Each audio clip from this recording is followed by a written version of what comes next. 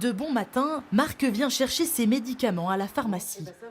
Pas d'ordonnance ni de papier à présenter. En tant que citoyen belge, il ne sort que sa carte d'identité. Chez le docteur, on donne la carte d'identité et il inscrit directement les médicaments sur la carte d'identité. Et est-ce que c'est pratique? Très pratique, mieux que la carte. On n'a pas de carte vitale, on n'a plus que ça maintenant, c'est tout.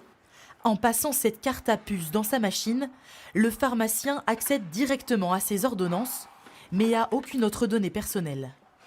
Moi, je vois maintenant ce que monsieur a été prescrit aujourd'hui par des médecins ou peut-être un autre jour. Et je vois aussi son dossier médical, les autres médicaments qu'il prend, même s'il n'a pas acheté dans mon pharmacie. Et s'il manque un médicament, plus besoin de se déplacer, un simple coup de téléphone à son médecin suffit. De son bureau, directement des médicaments sur la carte d'identité. Et comme ça, donc, tout est réglé. Pour moi, c'est facile, on n'a qu'une carte. Et ça sert à tout. Cette carte magique a changé la vie des Belges, à tel point qu'en France, Gabriel Attal, ministre des Comptes publics, propose de fusionner la carte d'identité avec la carte vitale.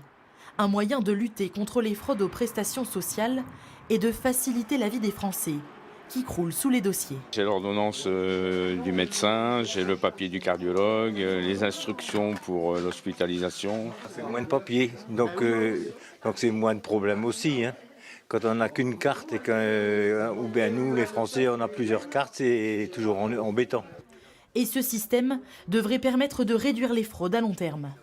Là, quand on aura la carte d'identité, il y aura un numéro de sécurité sociale qui sera lié avec votre numéro d'identité. Ça évitera la fraude. Vous ne pourrez pas avoir plusieurs cartes vitales sous le même nom. Vous ne pourrez pas avoir d'usurpation d'identité. Quant au projet d'une carte vitale biométrique, il serait lui abandonné.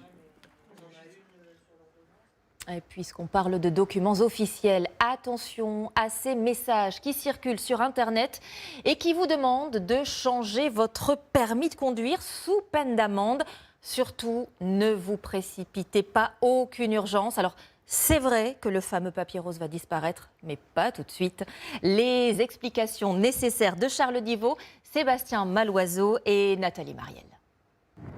Qu'ils soient rangés au fond d'un sac ou d'une poche, il y a les bons élèves, ceux qui ont pris le plus grand soin de leur permis de conduire. Il est comme un vieux document qu'on a mis sous un pour le protéger du temps, quoi. Et puis, il y a les autres. Moi, j'ai un vieux truc à 3 volets rouges d'il y a quelques dizaines d'années. Si je l'ouvre, je déchire. Déchiré, réparé avec du scotch, le papier rose vit-il ses derniers jours?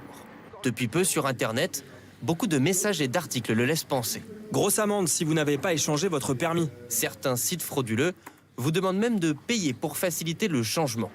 Rassurez-vous, il n'en est rien. Aucune urgence, vous avez même jusqu'au 19 janvier 2033 pour passer à cette carte. Format qui, disons-le, vous tente plutôt. C'est plus pratique la petite carte. On voit le vrai visage du conducteur sur le permis. Plus petit, plus facile à ranger, il soulève tout de même quelques questions. Est-ce qu'on va nous demander de repasser le permis? Je ne sais pas. Et ça va être gratuit? Nul besoin de repasser l'examen. La question du prix doit encore être tranchée. Changement qui va devoir en revanche s'organiser du côté de l'administration. Pas de changement immédiat. On cherche en ce moment les meilleures solutions pour simplifier et faciliter ce remplacement quand il aura lieu. En attendant, vous pouvez d'ores et déjà faire une demande de renouvellement sur Internet en cas de perte, de vol ou de permis de conduire trop abîmé. Quoi qu'il arrive, vous pourrez bientôt mettre votre permis de conduire sur le téléphone. Plus aucun risque de le déchirer, à condition bien sûr d'avoir de la batterie.